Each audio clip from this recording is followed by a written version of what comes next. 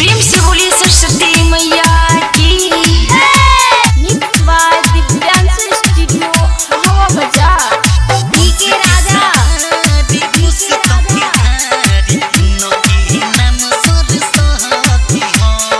हंस के सवारी पुस्तक के धारी उनके नाम सरस्वती हो। हंस के सवारी पुस्तक के धारी उनके नाम सरस्वती हो। सब पर कोरली हे दाया, सब पर कोरली हे दाया, चेहरा लगे हीरा मोती हो। हंस के सवारी पुस्तक के धारी उनके नाम सरस्वती हो। हंस के सवारी पुस्तक के धारी उनके नाम सरस्वती हो।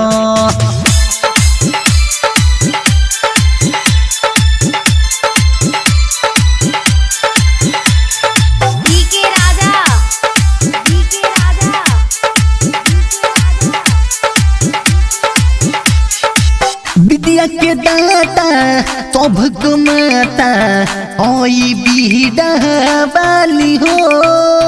जे भी आवे तोरो नैनिका जाला नहीं खाली हो।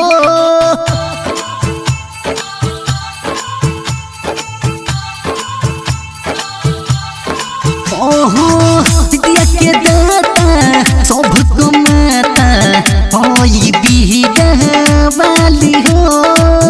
जे भी आवे तोरो नैनिका जाला नहीं खाली हो। कालिदास पफिरली नजरिया, कालिदास पफिरली नजरिया, महिमा कर सती हो। हंस के सवारी पुस्तक के धारी उनके नाम सरस्वती हो। हंस के सवारी पुस्तक के धारी उनके नाम सरस्वती हो। सब पर कोरली हे भलाई, चेहरा लगे हीरा मोती हो। हंस के सवारी पुस्तक के धारी उनके नाम सरस्वती हो।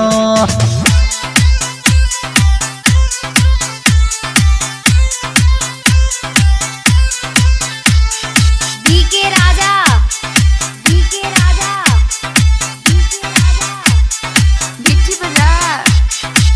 राइटर सुन जहे निरथी रोज रखले बहबे आस हो।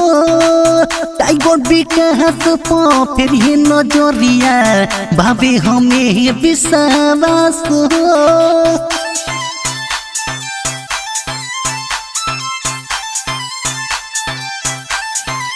ओहो राइटर सुन जहे निरथी रोज रखले बहबे आस हो। टाइगर विकास फिर ही नजरिया भाभी हमें विश्वास हो। सबके रजी करेली साकार, सबके रजी करेली साकार, निकर माया मोह मोती हो। हंस के सवारी पुस्तक के धारी उनके नाम सरस्वती हो।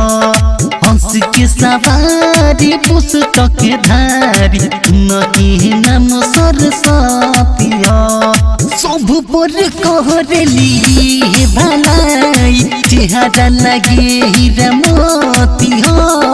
हंस के सवारी पुस्तक के धारी उनके नाम सरस्वती हो। प्रेम से बोलिए सरस्वती मैया की।